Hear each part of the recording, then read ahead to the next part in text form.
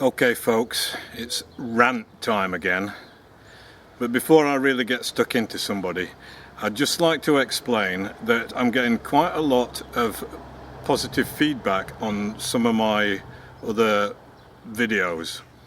If you're curious to know what I'm talking about, please subscribe to my channel, and if you like what I'm saying, please share these videos amongst the people of Goa.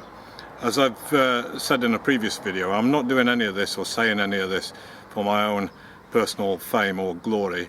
I'm doing so because I think I'm in a slightly safer position than some of you people who are unfortunately stuck in some of the shit that's going on there in Goa, and I appreciate the fact that it is actually dangerous for some of you to speak out in this way. Fortunately, as I said, they would find it quite difficult to get to me.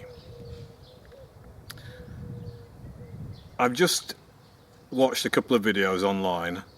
One of them was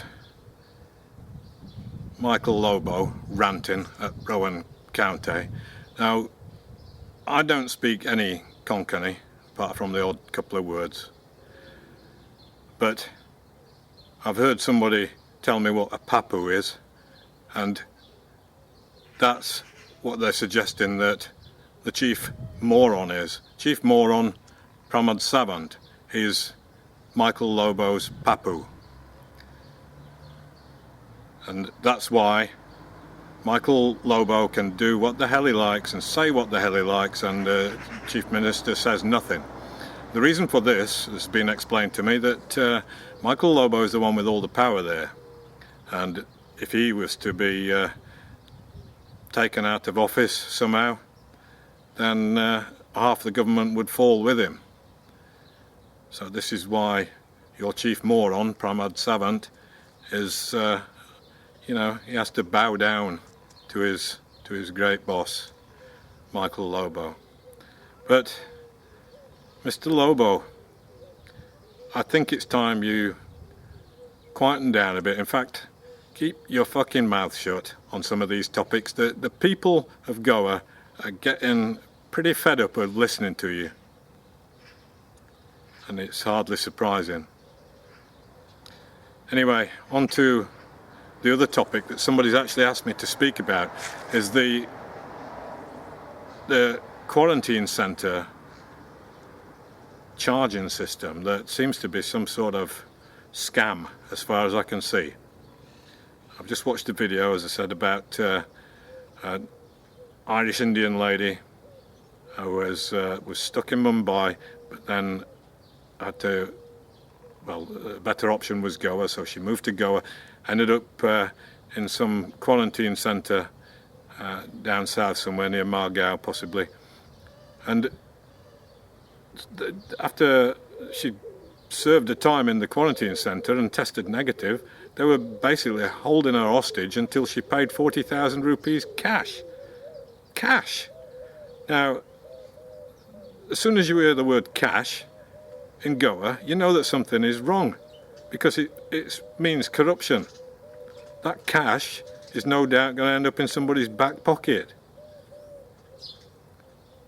So, what the hell is going on with all these paid quarantine centres demanding cash with no receipts? It's a big scam, and the people that are running this scam are crooks. And since most of the paid quarantine centres seem to be in Kalangut, well, it's not difficult to identify who the big crook is it? I'm talking about you, Michael Lobo. And don't say you have nothing to do with the arrest of Walter Lobo, who, by the way, I think should be Goa's next Chief Minister.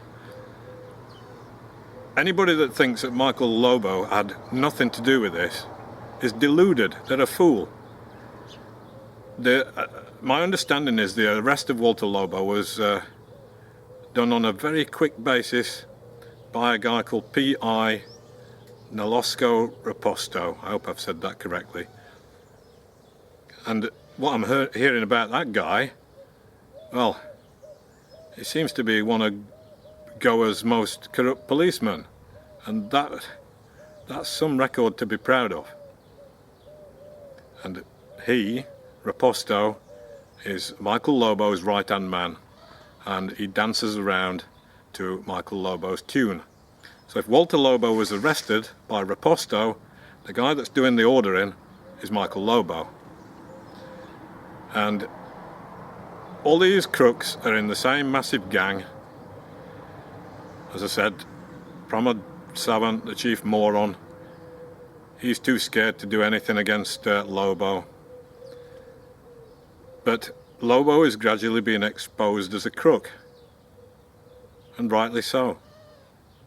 I'm surprised that the people of Goa have tolerated him for so long, but maybe it's a time to put an end to his reign in Kalangut.